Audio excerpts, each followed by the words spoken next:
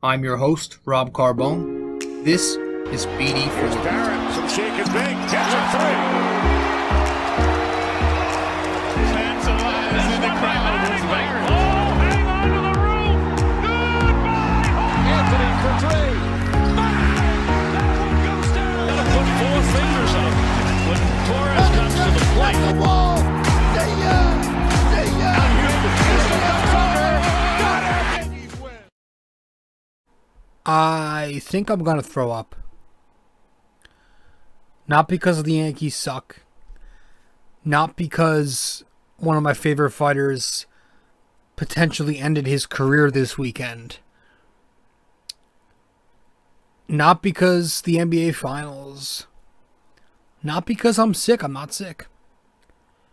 I just recorded an episode that went an hour.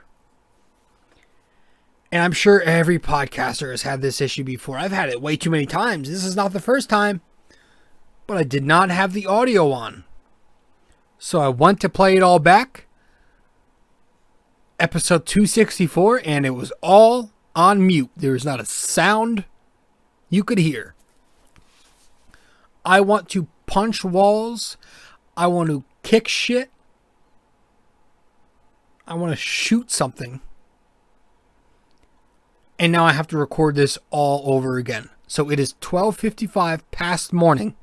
All right, it's 12:55 past midnight. Sorry. So Sunday night is technically over now. We're heading into Monday morning, early AM, as I'm recording. And I have to do this all over again. Oh my gosh.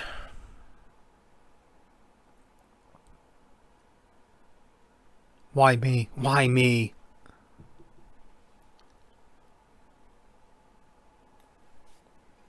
There's got to be a way to fix that. That sucks. That really sucks. Oh my gosh. Well, up to that point, I had a good weekend. A lot going on in the sports world, obviously. But I was, watching a lot of shit over the weekend. Started watching The Wire, first off, like I said I would. Yep, we were talking about it last episode, was it? How I wanted to start The Wire, being that I've seen a lot of the greater shows of all time that people consider. I've seen Breaking Bad, Sopranos, Game of Thrones. The Wire is one of the few I didn't check out, and I finally started that. I'm on episode 7, I think. A couple minutes in. It's starting to rain as I'm recording. If that's not a sign of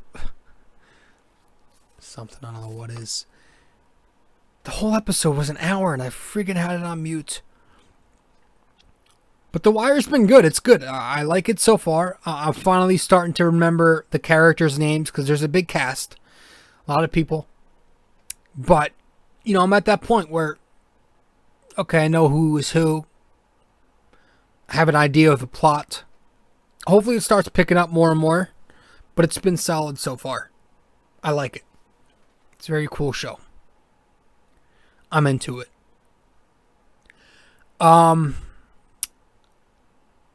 Yeah. UFC 264. So this is episode 264 of the podcast. But, funnily enough, UFC 264 this weekend. It was good. It was friggin' good. You had, this stuff is so friggin' fun. It is really fun. This is by far my favorite sport to watch. It's become my favorite thing in the world to watch. Even the early prelims on this card were fun. This card had so much hype. And it was good. It lived up to the hype. I still think 259 was the greatest card of the year so far. And maybe there's another card I liked. But this was good. Don't get me wrong. This was a great card. Even the early prelims, like I said, were good. The first fight of the night was fun. Dude won with a standing guillotine for his first UFC win, I believe. You had Carlos Condit. I think he was the last one on the early prelim card. This guy's been around forever. Since 2006, I believe. He's got 32 wins in MMA. He took the loss, unfortunately. But he's a guy who's been steady throughout his career. He's had a good, solid MMA career. Ryan Hall fought in the prelims. He lost 2. Didn't look good. Looked like somebody who just took a grappling seminar and it was just breakdancing out there. Didn't know what he was doing. But good prelims. Then we got to the main card, which was great. The first fight on the main card, you had O'Malley versus Motino. O'Malley took that win. This Motino kid obviously filling in for the kid who was scratched. This guy's new to UFC. It was his first UFC fight. It was an awesome fight. And everybody knew Sean was going to win heading into the fight. And everybody knew he had the win in the bag during the fight. But it was still an excellent watch. O'Malley just threw the kitchen sink at Motino. But Motino stayed strong, and he lasted almost 3 rounds, almost all 3 rounds, until Herb Dean had to stop it with 26 seconds left. I would have liked him to just let it go, because the way this kid was just taking shots to the chin, he's got a chin. It was fun to watch. This kid's a hell of a fighter. He's tough as nails. Nobody knew who he was, just some rando coming out off the street. And he goes in there and he lasts 3 rounds with one of the more unique up-and-coming fighters in O'Malley. Made a joke on Twitter. Give this guy Tony Ferguson next. I mean, seriously. Talk about tough. Good for him. People are calling him the green zombie. You got the Korean zombie, with this kid's going to be the green zombie. Hey, man, it was fun. For a fight that everybody knew O'Malley was taking, it was still fun. It was still fun because this guy was putting on a show. And then they got the $75K bonus after that, which was nice. I think that was from the performance of the night, too. Yana versus Aldana. Women's bantamweight. Irene nails the left hook. That puts Yana down. Then she just suffocated her for the early stoppage first round, and that was it. That was it for that one. You know, there was all that talk about Irene Aldana coming off the loss to Holly back in October. I remember watching that fight. Came in 3.5 pounds overweight, so she didn't make weight. I think you get deduction from your pay if you don't make weight. So there's some drama going on, ish, you know, this, that. But she took the win. She got the knockout. And now she's right back in the title race in the bantamweight division. Currently 4th. Then you got to the Greg Hardy fight. Which, by the way, if everybody's going to hate on Conor McGregor for saying mean things, hopefully you bring that same energy for when Greg Hardy takes the canvas. So I hope you're not standing on your moral ground, contradicting yourself. Greg Hardy versus Tai Tuivasa. Heavyweight battle. And it lasted not even a round. It was like maybe a minute and change. Tai sends Greg Hardy to the canvas with a powerful left. Hardy gets up, charges at him. Tai hits him again with another one. Knocks him down slowly. Jumps on him. Boom. Knockout. First round finish. 1 minute in. Tai celebrates, doing his thing. The shoeies. Just chugging from people's shoes again. the most disgusting yet somewhat oddly entertaining thing in the world. Especially during a time like this. That was that. He's a fun guy to watch. I've watched him fight before. Greg Hardy now coming off 2 losses in a row. People are starting to question his MMA career. I don't know.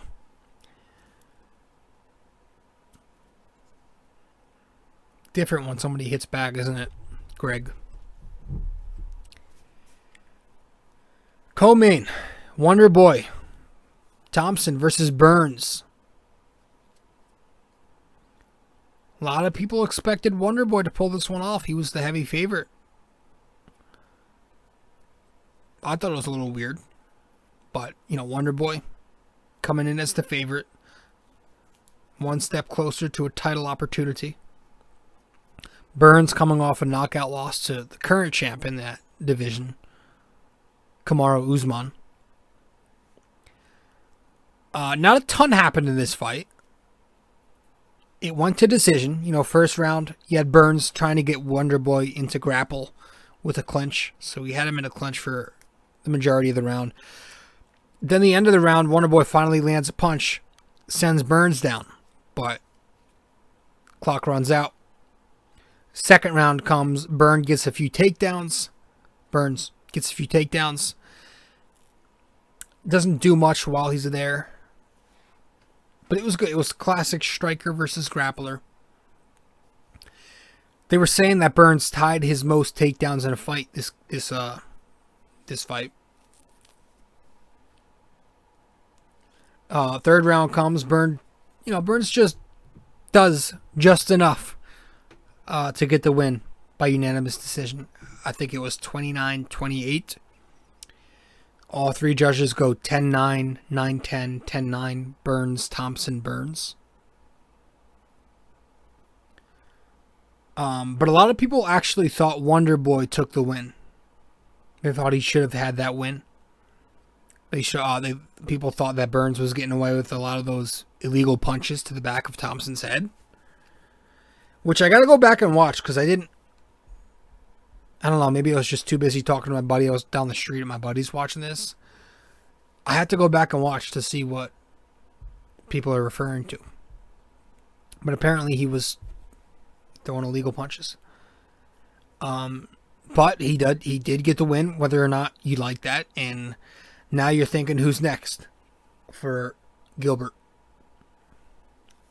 It's most likely going to be Colby versus Usman, right? Since Colby's number 1 in that division for the welterweight.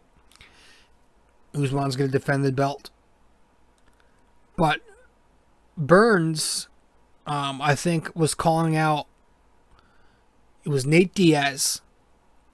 He was also calling out Leon Edwards, who I think is 2nd or 3rd in welterweight. Maybe even Jorge Masvidal. It's not going to be a title shot yet for Burns because he just came off that loss to Usman, but he's back in the win column and he's getting closer.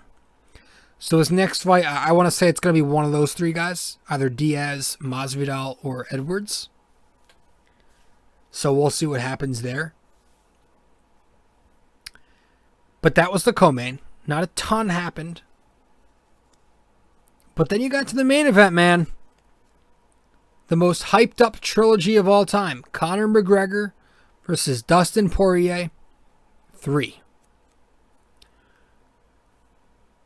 Conor, obviously, a lot of people thought he was forcing the trash talk this time around, right? The second time they fought, you had nice guy Conor. This time, it kind of seemed like he didn't want to be nice guy again, so he kind of forced it. And he got a little dark with the trash talk. He was calling out his wife. He was saying how he's going to murder Dustin in the ring, in the octagon. But, Conor's Conor. Conor's going to talk. You either like it or you hate it. There's no changing your mind if you don't like him, and there's no changing your mind if you do like him.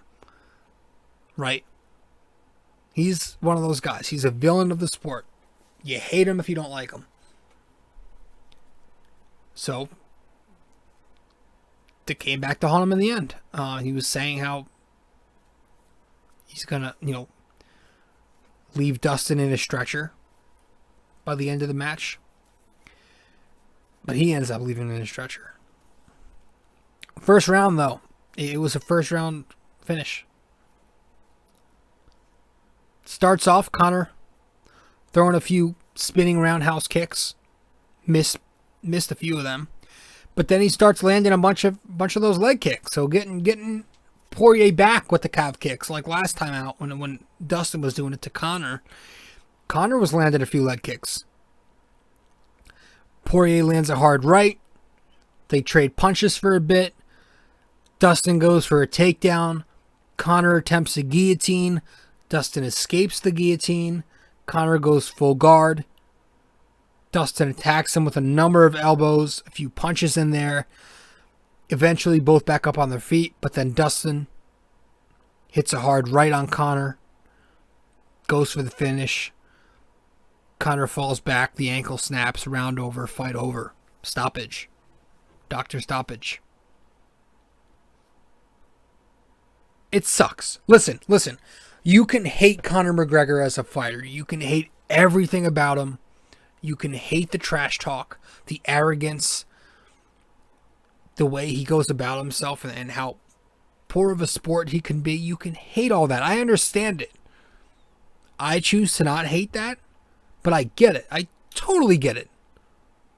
Well, my uncles cannot stand the guy. I get it.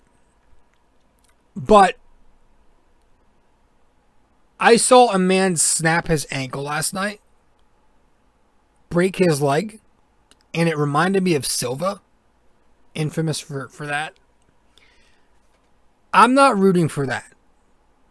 I'm not rooting for another man to snap his ankle. As mean and as dark as some of the things he said were, I don't root for other human beings to break their bones. There's a line for me, right? Even in fighting, there's a line I draw. I'm not getting happy because another human being broke their friggin' leg. That's just my opinion. You don't have to agree. But me personally, I don't like seeing other human beings break their legs. That's just me. And so that happened. And he's on the ground and Rogan's interviewing him and he's still talking trash. And he's emotional. He's very emotional. You could see he's pissed off. He's upset. Rogan's doing the interview first with Dustin. Dustin saying, "Oh, go talk to Connor. Go talk to Connor. See what he has to say." So after the interview, Rogan goes down to the ground, interviews Connor. That's when Connor gets emotional. He just starts yapping his mouth, and he's angry. He's pissed off. If I snap my leg, I'd be saying some dumb shit too. And that was that. He ends up leaving on a stretcher. Call it karma. But I don't root for another man to break his leg. That's not where I go.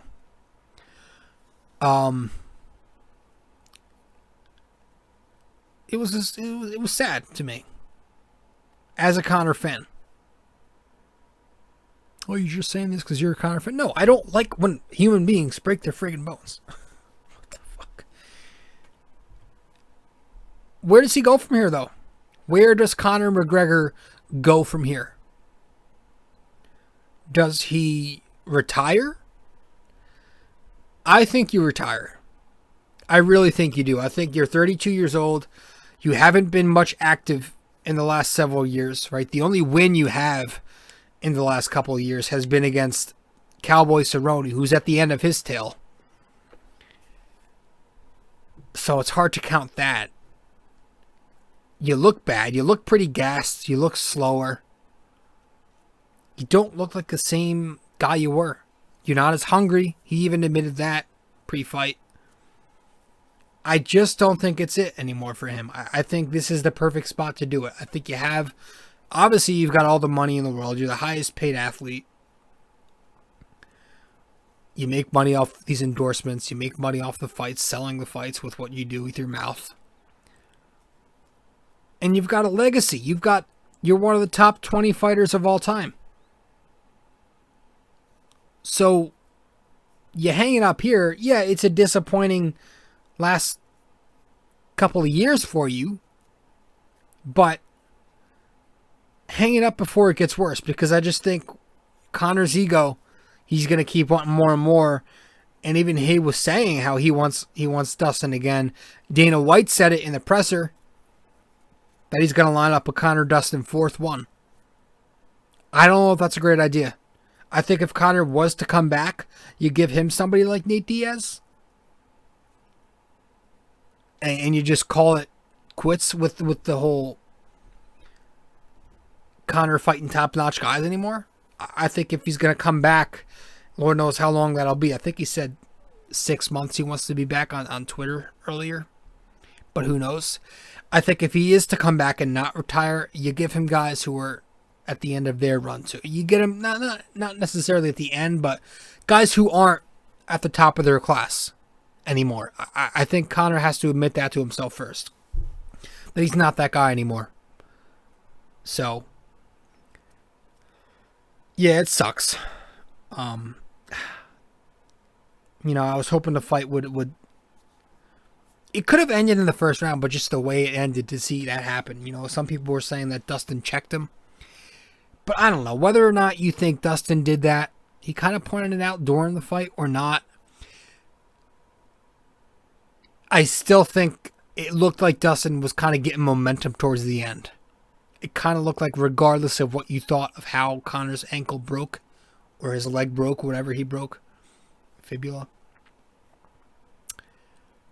that Dustin was going to knock him out eventually. I think it looked pretty bad for Connor. He nailed a couple good punches, but and some kicks, but towards the end of that first, I'd say the last minute or so, Dustin was definitely taking that momentum. And that was that. So, yeah, I don't know if we're going to get a fourth one. I mean, Dana wants it because of the money, obviously. It's going to bring in the revenue, but if I'm somebody who's looking out for Connor, I say you retire, hang up the gloves, and call yourself a legend. Just end it there. You have a legacy, you've got money, you're set. Excuse me. For Dustin, I mean, that's obvious. He's going to get Charles Stu Bronx Oliveira for the lightweight title bout next. That's the obvious one. So that's going to happen over time. I think Stu Bronx will win that fight. Dustin's been great, but Oliveira is something else. He's good. The guy wins. But overall, it was a great time. It was another strong card. It just ended in a very unfortunate manner.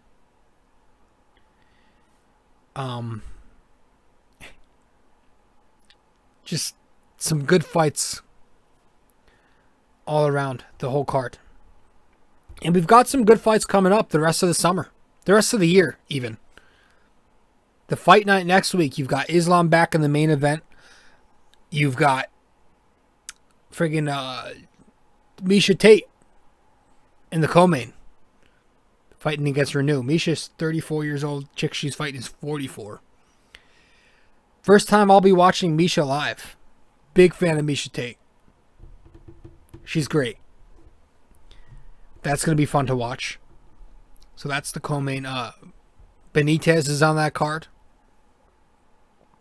Then the fight night 2 weeks from now. Corey Sandhagen versus Dillashaw for the main event.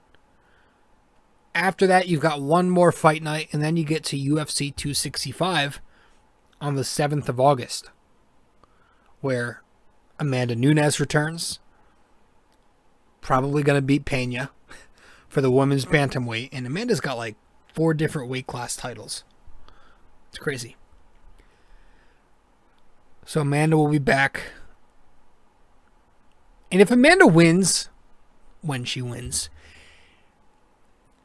we need to see it, man. We need to see the trilogy between her and Valentina Shevchenko. We need to see the Nunes-Shevchenko trilogy. It's the money fight. I don't understand why it won't happen. My buddy was telling me this is never going to happen. I would like to see it happen. Amanda's a monster. She's the greatest fighter of all time in the women's MMA.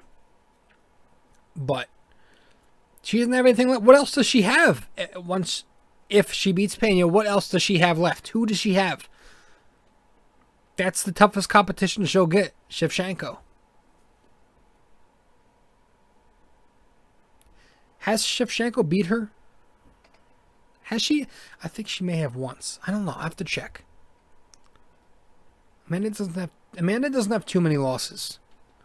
Maybe 4. I don't know off the top of my head. I got to look at the rankings and stuff,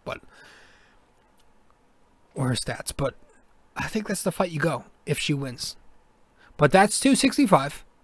Amanda Pena is the co-main.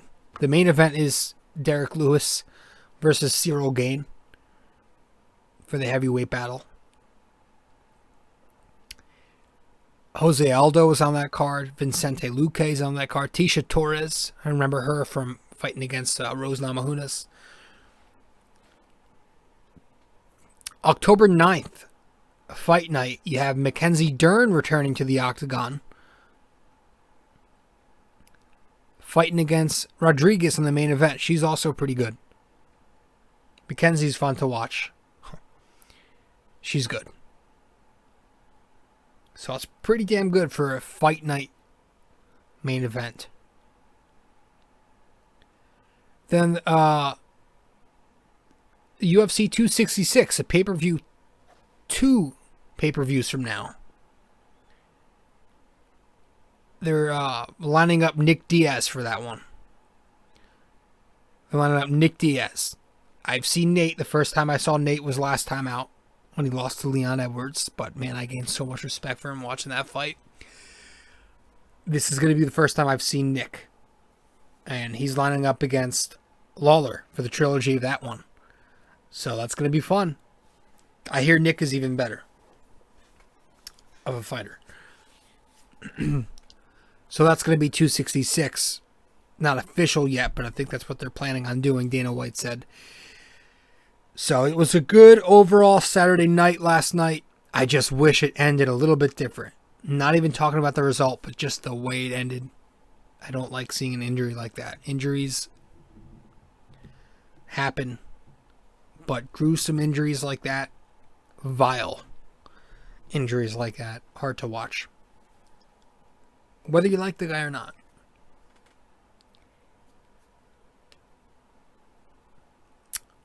Let's head to break.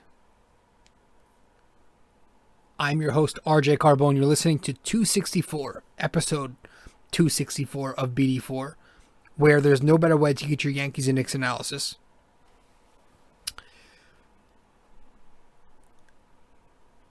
If you haven't yet subscribed to the podcast, be sure to do that right now. Excuse me.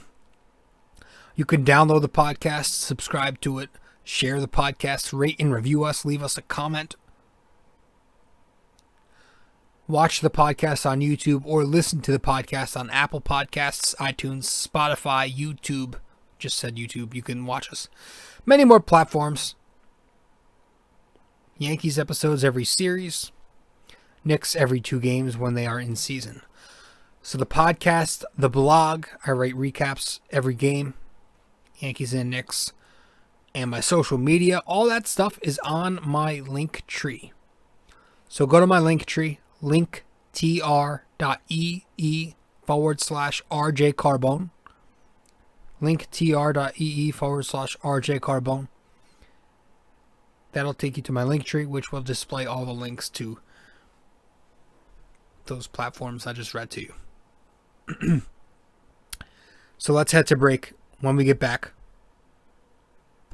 we'll talk about the Euros. Talk some of the finals, the NBA finals. Game 3 was tonight. And then we'll get to the amazing New York Yankees. We'll talk about the series against the Astros. We'll go over the first, or the pre-All-Star break progress report. And that'll be that. We'll get to the NYYNYK question of the day. And we'll wrap it up from there. All right. So, again, I'm your host, RJ Carbone, Ep 264 of BD4. Hope you're enjoying the podcast. We'll be right back. Listening to RJ Carbone on BD4.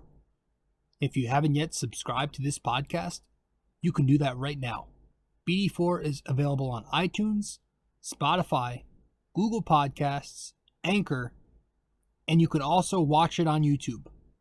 There are plenty of other platforms to find this podcast. All you have to do is go to linktr.ee/RJ Carbone, and that will take you to where you need to be. linktr.ee/RJ Carbone in order to subscribe to this podcast. I may have brought it up before, but it was like back in 06 or 08, I forget, when Italia was in the World Cup and they were playing against France. I live in a pretty Italian-American oriented neighborhood. A few guys on my street are off the boat, but this one old man in particular, just your classic off the boat Italian guy. Big soccer fan, big fan of Italy National Club. And I remember they won the World Cup that year. I think we rang his doorbell. And he answered. We were just like, celebrating with him. And then this was my cousin, my siblings, and I. Then we drove around town with the Italian flag hanging out the Jeep, riding around with it. It was such a fun time. That was a World Cup many years ago. Back in my day. But the Euro Cup ended today, Sunday, as I'm speaking. Yeah, Italia, the dark horse all the way through. They get the win, though, against England. And England was the favorite heading in. They were the home team. Good squad. I don't know shit about soccer, but I do like watching it when one of my teams are in it. If Italy's in it or if USA obviously is in it, I'm going to watch it. So I had the whole thing on today during the Yankees game. On the other screen, I have two screens because I'm a millennial and I like that shit. But yeah, it was fun. England scores early. They who was it? Luke Shaw gets the first goal like 2 minutes in, and then it gets very defensive. Then England gets very defensive. They stop attacking. They're not as aggressive, and that was to their own fault because you had Bonucci score in the 67th. So it's a tie game, 67 minutes in, 1-1. Goes to extra time, 6 minutes, nothing. Overtime, 2 periods of overtime, nothing. So then we get to the PKs, and this is where it got interesting. It got clutch as hell. It got very fun because you had... Well, Italia pulled away, I'll tell you that. But you have 5 and 5, right? It's a 5-kick thing. So Berardi up first for Italia. He scores. Then you've got Kane. He evens it up 1-1 in the PKs. Then you have Belotti. His kick is saved. Then Maguire lines it in the top corner. England has a 2-1 lead. Bonucci up next for the Azzurri. He scores to even it at 2. Then Rashford for England. He hits the post. That dude's going to think about that forever. He hits the post. And that was kind of the bad omen for England because they didn't score again since. Bernardeschi sends one down the middle for Italy, 3-2. They take the lead. Sancho, I think his name is, for England, has it saved. Jorginho strikes, but his was saved. But then England up again. Nope. Kick saved. Italia wins. Forza Azzurri. I tell you what, man, I'm so used to Gigi Buffon that I was nervous. I had no idea about this kid. But this kid, what's his name? Donnarumma? Hopefully I'm pronouncing his name correctly. He's good. He was clutch. It started out a little rough for him. Nervous, but the last 3 kicks, one hit the post and the last 2 he saved. Clutch performance from Donnarumma. I loved it. So it's not coming home, but it's coming Rome. And it was good for Italia to pick up the win. Loved seeing what I saw. Just an awesome moment, man. It was in London, so didn't get to celebrate in front of thousands and thousands of Italians, but man, it was fun. And good for, what's his name? Collini, who's the 36-year-old captain of the Azzurri, so he's probably done, and that was probably the way he wants to go out, I would imagine. So Italy takes the Euro Cup, and that's that. Pretty fun. That was the first game, unfortunately, that I got to watch, because a lot of their games was during my work hours. But it was fun. I had it on. I watched the whole thing. I ended up having to go, so I watched some of it in my studio. But then my brother came downstairs from his room, and he was watching it in the living room. And he's a little ahead of me, because I was watching mine on an app. Streaming services are usually a bit delayed. So then I heard him celebrating. I'm like, oh, shit on this. I got to go up there and watch it with him. I can't know what happens. So I go upstairs and we watch it all together. And yeah, it was fun. So that was the Euro Cup. That was the Euros. The Euros are over. And a few hours later, the NBA Finals came on and I watched that. The Bucks took Game 3, which I'm thankful about. I want Phoenix to win it, but I don't want it to be a blowout of a series. I want it to be close. So Milwaukee kind of, made it closer. Now it's 2-1, and they're home again, so they have a little bit of an advantage going into the next game, some momentum. But Giannis, once again, throwing the kitchen sink at Phoenix. Didn't he drop over 40 last game, too? In Game 2, he did? Well, tonight he goes for 41 more points, 13 rebounds, and 6 assists. He's on fire. They can't figure out a way to stop him. They got to just start trapping him every time he gets a touch. I would just send help and trap him if I'm Phoenix. But yeah, he's been too much for them. Chris Paul was pretty good. DeAndre Ayton, Jay Crowder even, they showed up. But Devin Booker had just 10 points, and that's not going to cut it. You need your star player to do better than 10 points. He was 3 for 14, 1 for 7 from the arc. Not going to cut it. So if Phoenix wants to bounce back, they got to get a better performance from Devin Booker. And that was that. Game 3 in the books, 2-1, going back to Milwaukee again, I think on Tuesday. So the Suns, it's tough to go up 3-0. So I don't think they should be too upset at themselves. In a finals, it's going to be tough to go 3-0. So it was bound to happen. I think if they could take that Game 4 before heading back home, that's the perfect scenario for them. But we'll see what happens. All right, let's head to break again. When we get back, we'll talk about the Yankees. Go over the series, the progress report, and we'll wrap it up from there. Because I just don't want to talk about that much. Be right back. You can follow me on Facebook at r.j.carbone. You can follow me on Instagram at robjcarbone. And you can follow me on Twitter at nysportstalkrc.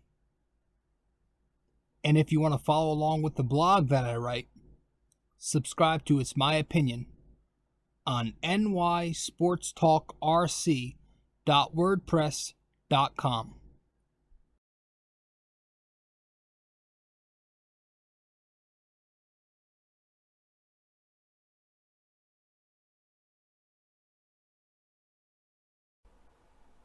So, the Yankees. Yep. I know. They're just boring, man. They head to Houston for the first time since the ALCS in 2019. Looks like they're getting something together, I guess. If you're an optimistic fan, I guess you thought that. They take the first game 4-0. So, Jake Odorizzi on the mound for Houston. Nestor Cortes Jr. for the Yankees. Fourth inning. Yankees won this game off a pair of doubles. Yeah, the fourth inning, Brett Gardner doubles to right field off of Jake Odorizzi. Seventh inning comes off of Abreu. DJ goes down the left field line, 2 RBI double. So a pair of 2-run doubles gives them 4 runs. And they win 4-0. 12 hits, 1 walk, 6 Ks. So you had a lot of action offensively. DJ, Judge, Torres, Gio, all 2-hit games. But even, I think all but one Yankee and Stanton had reached base. So you had a lot of opportunities, but you only scored 4 runs because you hit into 2 double plays.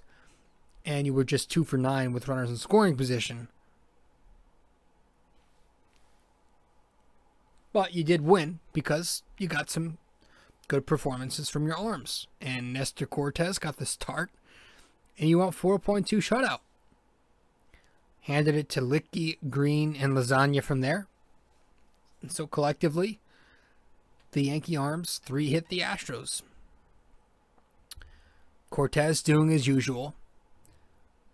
That wiffle ball approach he has. Fucking, crafty lefty. Just a junk baller. And he does it again. So he's got the ERA all the way down to 1.05.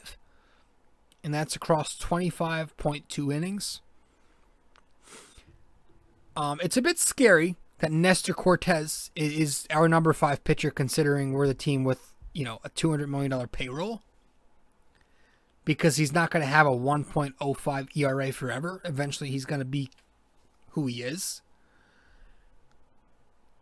Just keep that in mind. But yeah, we do take game 1. It was nice. Game 2 comes along. And we win that one too. Not much happened. 1-0 victory. Garrett Cole versus Zach Greinke. Third inning, Aaron Judge gets a solo bomb, and that's it. Cole cruises through it. A masterful performance. Tosses 129 pitches. Gets the complete game shutout against his old team in the Astros. That felt amazing. The best part of this, maybe even the best part of the first half, pre-All-Star break, is Aaron Boone comes out with 2 outs in the 9th. I don't think he was coming out to yank him because he wasn't signaling right away, but he was at least coming out to see if he wanted to take him out, and Garrett Cole was livid. He said after the game he was yelling a bunch of expletives in Boone's face, and you could see it. Watching it live, you loved it. I loved it. And I think, every once in a while, you need to see something like this, especially for a team struggling all year like the New York Yankees have been. You want to see emotion like this from your ace. You want to see something out of the norm. That's what I've been talking about. Give us something out of the norm all year. Somebody needs to show some anger. And that was exactly what we got in game 2. Garrett Cole telling him, let me finish this. And he finished it. He threw 130 pitches.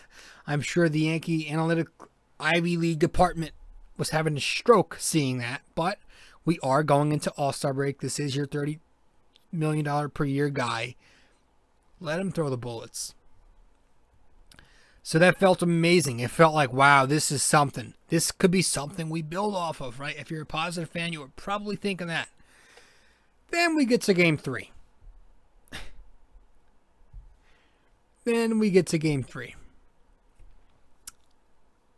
The Yankees end up losing this 8-7. Jameson Taillon versus Valdez. Off Valdez in the 3rd. We score a run off an error, of course. It's Sanchez coming home. Because why wouldn't we, right? We're the Yankees. We score off of errors, wild pitches, and shit like that. That's all we do. In balks. So we take the 1-0 lead there. Third inning comes. Jamison Tyone goes high fastball to Maldonado, but he takes advantage of it, ties it up, home run, 1-1 tie game.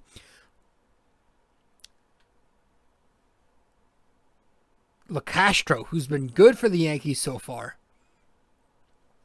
he goes yard off Valdez in the fourth.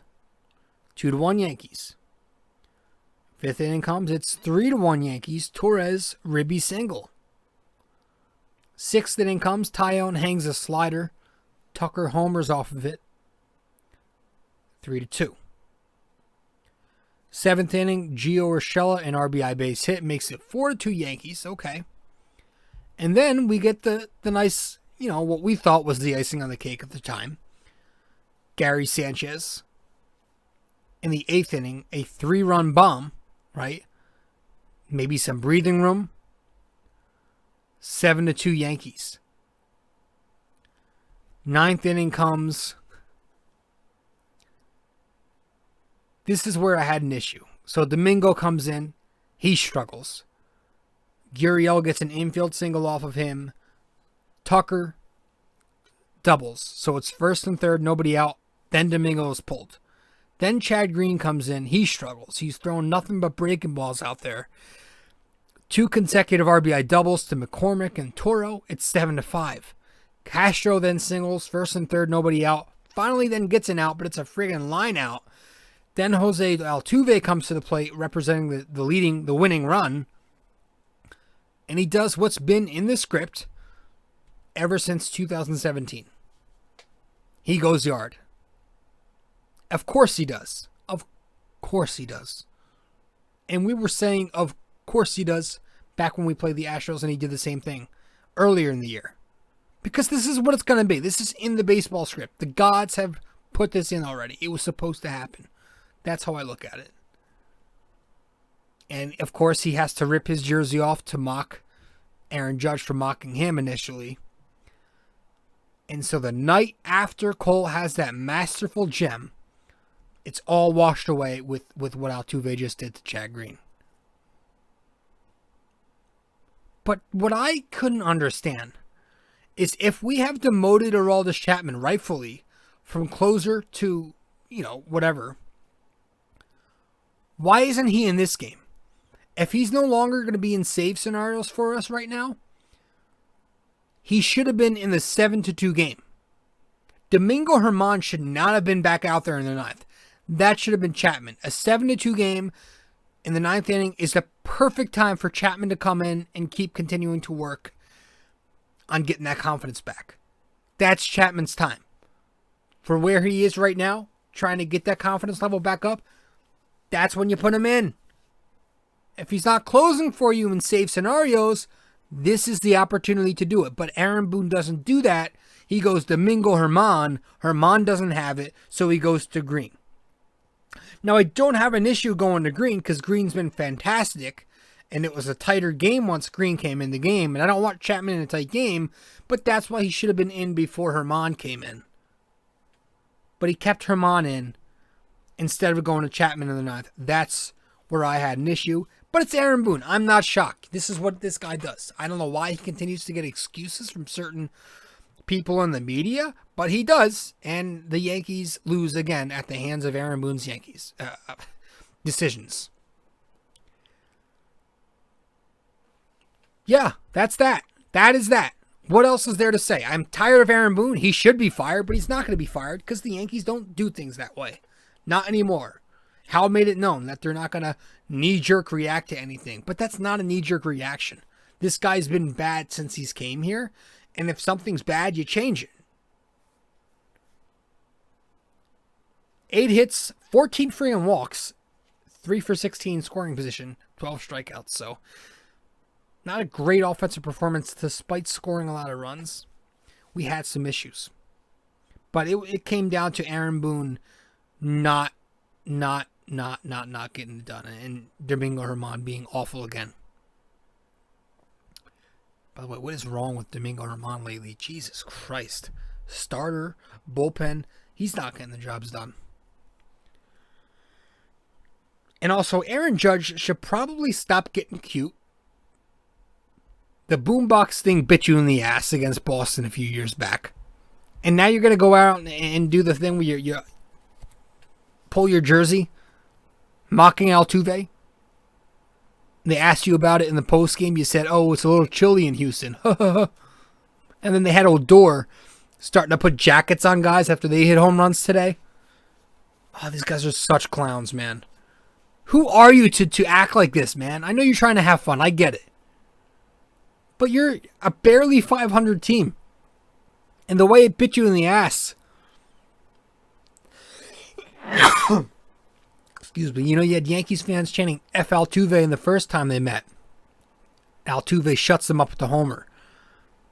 Then you have this happen. Altuve shuts the Yankees up with a homer. It's perfectly in the script. It's in the cards. It was in the cards from the start. It's like this team should just shut their mouth and start winning games. But they're not doing that. No. And I said during the Phillies series, way back, I said the next 25 games between now until a break, the Yankees have themselves a decision to make. They have a goal. And my goal was for them to go 17-8 before the break. And if they can do that, they can say they're going to be buyers. But if they can't go 17-8, they have to become sellers. Well, those 25 games have passed, and I can tell you they have not gone 17-8. What have they done in those 25 games since I said that? They've gone 13-12. And so that's the issue with all these people saying, hey, they took 2 out of 3. Hey, they took 2 out of 3. No, we're at a point where we're barely above 500. We're in 4th place where 2 out of 3 is no longer enough. We are at a point where we need to start dominating. We need to start taking series and no longer settling because we've put ourselves in this situation. It sounds like a harsh standard. But because of the situation we're in that we put our own selves into, we have to start streaking 7 or 8 in a row now. And that ain't happening. This team doesn't have it. I told you that. I've been saying that. You call me negative for it, but hey, that's the truth. And that's what I spit. We're going to head to break. When we get back, we'll go over the progress report and we will end it there. Be right back.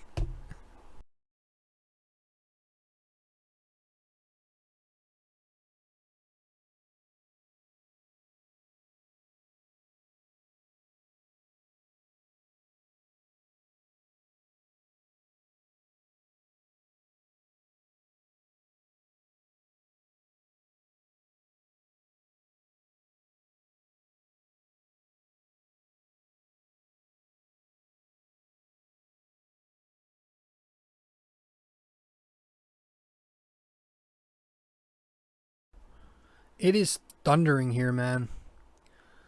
It's late and it's thundering. It's almost 2 in the morning. I gotta finish this. My laptop's on 10%. Shit. Alright, so progress report. We're gonna breeze through this. I'm sorry. The Yankees as a unit. Now remember, this the way this goes is I grade the lineup, the bullpen, the rotation. The lineup I do individually. Bullpen and rotation I do as a unit. And then we grade the Yankees as an entire team to their own expectations. Remember, that's the key. This is to their expectations. So, as a unit, I gave the Yankees a D/F. You can give it whatever you want. I'll call it a D because I'm in a good mood tonight.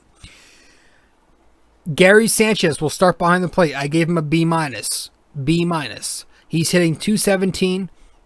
The OPS 785. 15 home runs, 35 RBIs. He's having himself a good year. Now, he's having himself, for a catcher, a good year. A good year for a catcher. There's a difference. 217 hurts me. Like something about good and 217 doesn't go good together. But I get it. The OPS. B-. I think that's fair. Voit. I gave Luke Voit a C. Yeah, he's been Bleh. 241 average, 698 OPS. He's had some good moments. He's been hot lately, better lately. He's had some bad moments. DJ LeMahieu, go to second base now. C+. He's hitting 270 with a 718 OPS. You can give him a B- if you'd like. I got C+. You can give him a B- because he's playing good defense. Gleyber Torres, I have a D. He's hitting 240. And he's batting a 634 OPS. He's not playing good shortstop. In fact, I think the best defensive alignment for the Yankees should be Gleyber at second, Gio at shortstop, DJ at third. Even Gleyber, when he's going, he still doesn't have power. His best moments this year have been getting a bunch of base hits. The power's completely gone, and it's sad. Going over to third base. Third base, Gio Urshela, I have him as a B. He's having a solid year. 275, 756. And he plays great defense. Aaron Judge, I have Aaron Judge A-. The highest grade on the team. He's hitting 282 with a 901 OPS and has 21 home runs. He's having a great season. He's staying healthy. He's hitting for average. He's hitting for power. He's getting on base with walks, and he's playing good defense in right field. And he's played some center field this year and done a nice job. Giancarlo Stanton, I have a B-. He's been hurt a bunch. When he's on the field, he's been pretty good. Not Stanton-like, but he's been pretty good. 270, 848. 15 homers.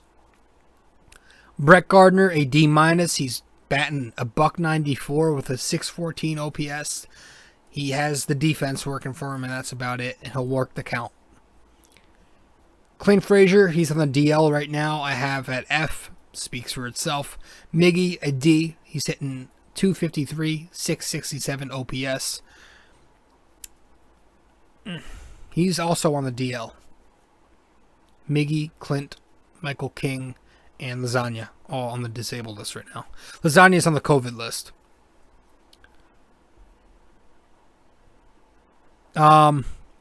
Rotation, I gave a C.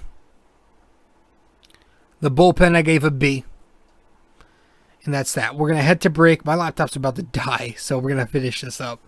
When we get back, we'll get to the question of the day.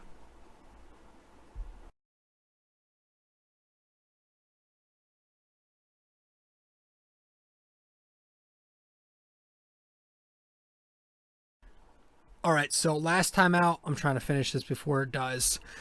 Last time out, I asked you guys, in 1984, Don Mattingly won the American League batting title, but the runner-up was also a Yankee. Who was the runner-up? Dave Winfield is the answer to that. He was the runner-up to Mattingly in the American League. Mattingly 343, Winfield batted 340. This episode, for episode 264, our NYK question of the day, true or false? Babe Ruth holds the all-time Yankees record for most extra base hits. True or false? Let me know the answer on Facebook, Instagram, or Twitter. Guys, thank you so much for tuning into the podcast. I gotta go. My laptop's about to die on me. Don't want to have to re-record a third time. So thank you. I'm your host, RJ Carbone. You're listening to 264 of BD4. I'll catch you after the All-Star break. Ciao.